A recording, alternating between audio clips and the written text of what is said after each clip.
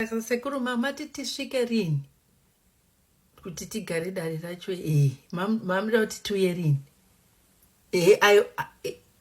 tinoya mukangotumira handina kana sendi izvozvi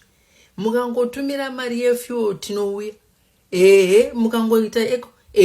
tobva tatofamba handina kana sendi otherwise maita henyu tumirai toona kufamba hapana kana problem handina kana sendi izvozvi okay alright bye urienda kupi nevezi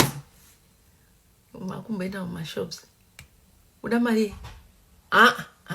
handina kana sendi dzidzirai kubuda mumba madya something boira zai kana wodya nepisi yechingwa you must learn munhu kubuda wadya mukaenda kumashops mozoita sei moenda kumba kwana gebe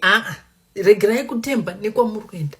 It's a very good habit to just eat before you leave the house. Hauzotuka unaenda and handina mari handina kana senti izvozvi handina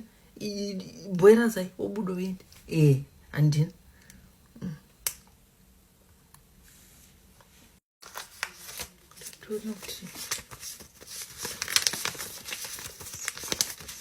waste mari pane zvinhu zvakasane basa